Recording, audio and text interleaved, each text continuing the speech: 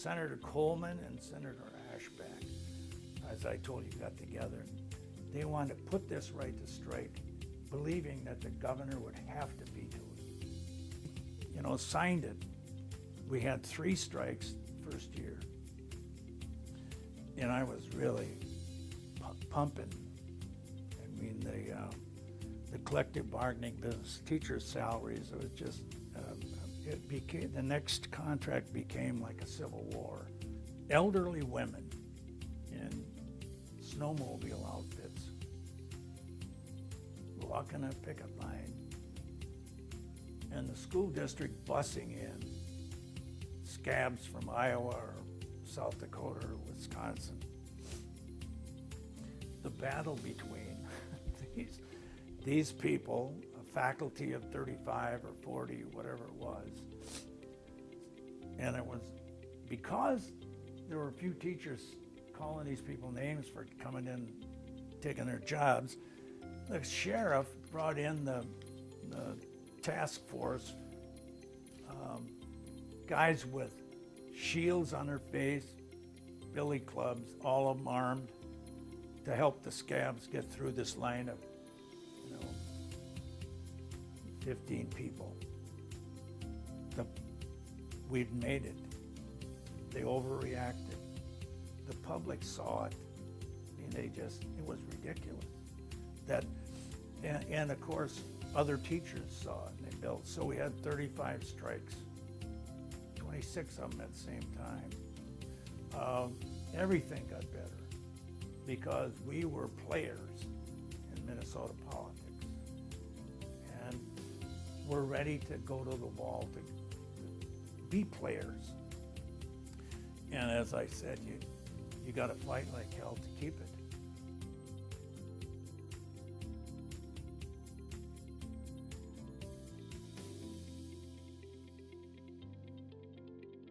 State legislature wanted to put vouchers in schools and get special parochial aid. And we went to the case and went to court. And we had all the way to the Supreme Court, Minnesota Supreme Court with it. And they decided with the educators, the unions and so on, they decided with them that the Constitution was being violated in the way they were doing it. And both organizations lobbied very heavy at the Capitol for this, the issues and behind it. And the state, we put out state information from the state level to all local members, their staff members as they were going around to locals. They discussed that issue with them, gave them information that they could use what they call the legislature.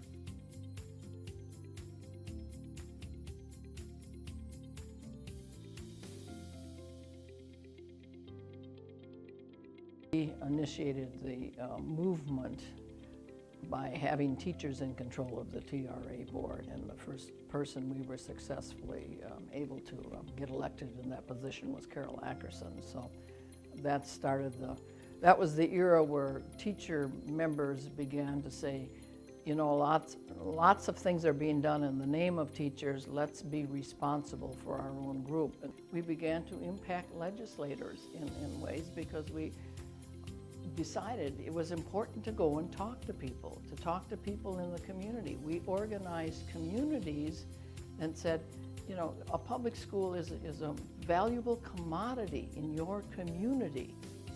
Don't take it lightly. Don't let it slip away. And be involved. Have the conversation of what you want your school to be and where it should go. And the reason isn't just because we want to get rich, because the Lord knows that's not going to happen. We're here to help educate another generation to be useful, productive citizens going forward. And that message has to go out because there's an awful lot of teacher bashing going on.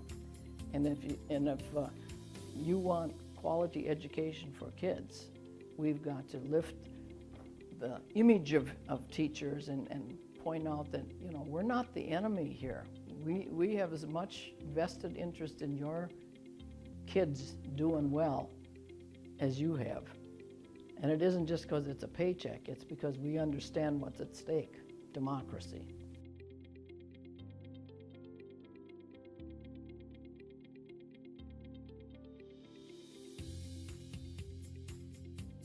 Governor Perpich was governor when I became president in 1986, and just after he was nominated, we endorsed him, and then what happened is he came out for vouchers, and we tried to persuade him not to do that. Arnie Carlson got nominated as a Republican candidate. Arnie was a moderate Republican, probably in the wing of the Rockefeller wing, which was a pretty progressive group. And we questioned Perpich on that whole issue, and we switched from Perpich to Carlson, and Carlson became governor. Most people have no idea the magnitude of the educational enterprise and how big it is and how good it is. And teachers have to speak out, the Education Minnesota has to speak out, the School Boards Association has to speak out, and local school boards have to do their share in publicizing the quality that they provide. Being involved in the association, as you probably know already, is a tremendous growth opportunity. What happens is you gain a whole bunch of skills that transfer over into all other parts of your life. So and in addition to it, it's interesting and it can actually be fun.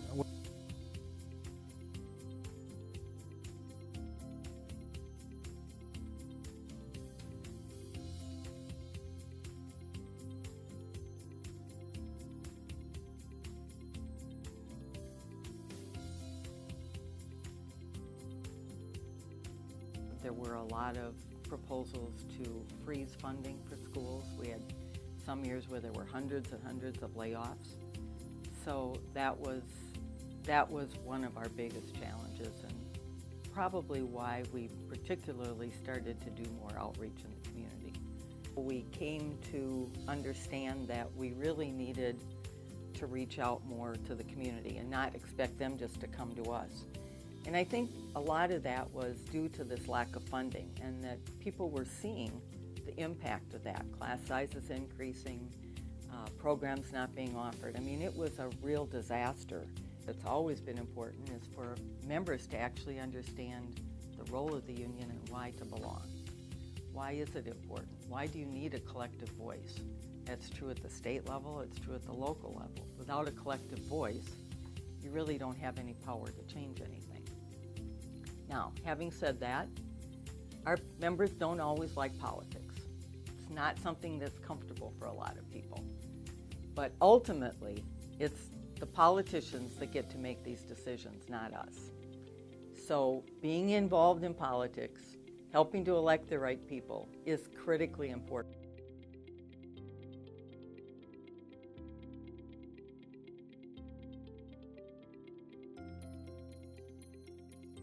And they were talking about putting right to work right on the ballot as a constitutional amendment. So we wouldn't have had any ability to stop it.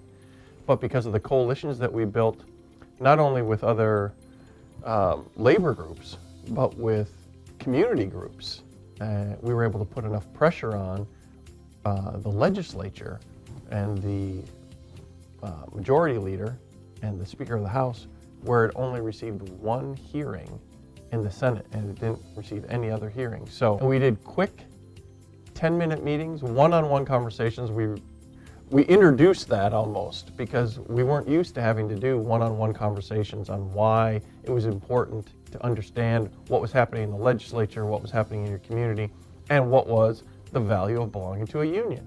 The saying is that it's darkest the hour before dawn. We can, and I believe that we will succeed because of the strength of our ability to go out and have conversations in every single community in the state of Minnesota, in every single county in the state of Minnesota, and build coalitions that are going to help our students and our communities be as strong as they can be.